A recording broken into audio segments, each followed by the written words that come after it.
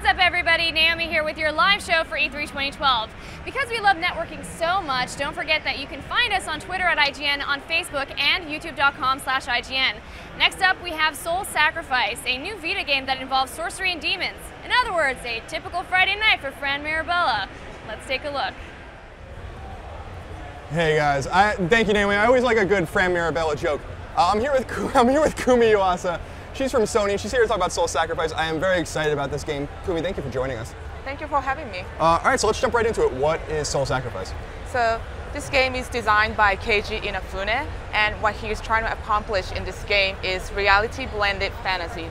And you may be wondering what that means, so let me explain. Okay. So in our real life, we are always sacrificing something without noticing. Sacrificing time, money, or relationship with your friends, family, or your coworkers in order to gain something. So if you want to have a nice dinner, you have to pay extra. You are sacrificing extra money.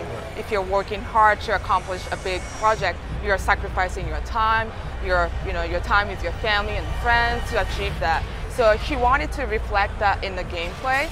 So in this game, in many games, they just reward players without players doing too much. They just give like items or make the players powerful so that they can do everything. But in this game, if you want to gain something, if you want to gain the power, you have to sacrifice something. You have to give up on something. So you can give up on your personal belongings.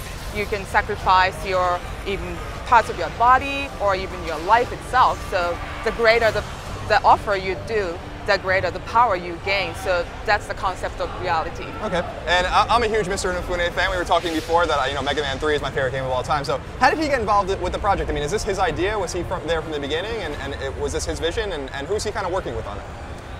Yes, definitely. This was, he came up with this idea. He had this, concept a long time ago. I actually just started to work with him recently. I was introduced to him recently, so I don't know too much in details, to be honest.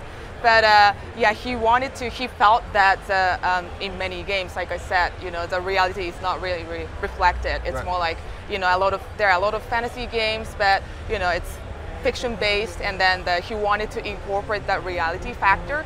So he had this idea for a long time, and then so this project is a collaboration of his company Concept and Marvelous AQL, and then also Sony Japan Studio. So all those three companies are collaborating and making this game. So it's a very all-star, development team. It sounds like it. So, so we know, we understand the sacrificing. We understand that's fantasy-based. But really, how does the game play at its core? What kind of game is it? Is it action? Is it an RPG? It's an action RPG, and then so you start off as you are a slave captured in a cell by an evil mage, and you're trying to escape from there. And you're about to be killed, and you're about to be sacrificed. So you're trying to get out, and then you stumble across this book. It looks like a monster, but you don't know what it is, if it's an ally or enemy, and you start reading it and find out that it's a diary of this sorcerer who lived in the past. And as you read it, you are reliving his experience and his memories, and you go into quests and then experience whatever battles that he experienced, and you become a sorcerer as well. Okay. And how does, as a PlayStation Vita exclusive, how does he use the Vita? What kind of special ways can players expect? Does he use the gyro? Does he use the back touch? Tell us a little bit more about that. Yeah. This is a PlayStation Vita exclusive title.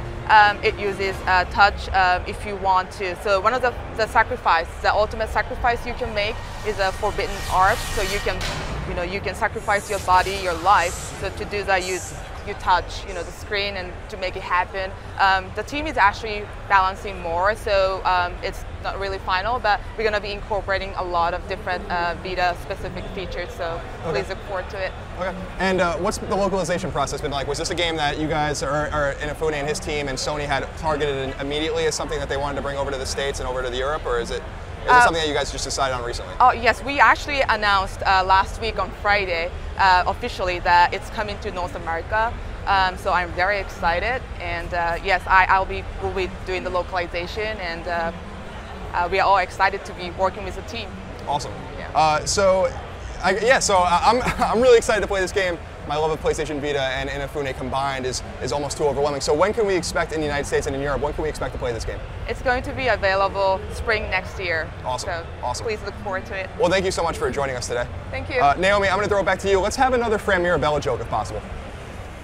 I can't think of any, but I'll get back to you on that one. All right, thanks, Colin. Okay, so our next game is for all you future city planners out there. SimCity is next.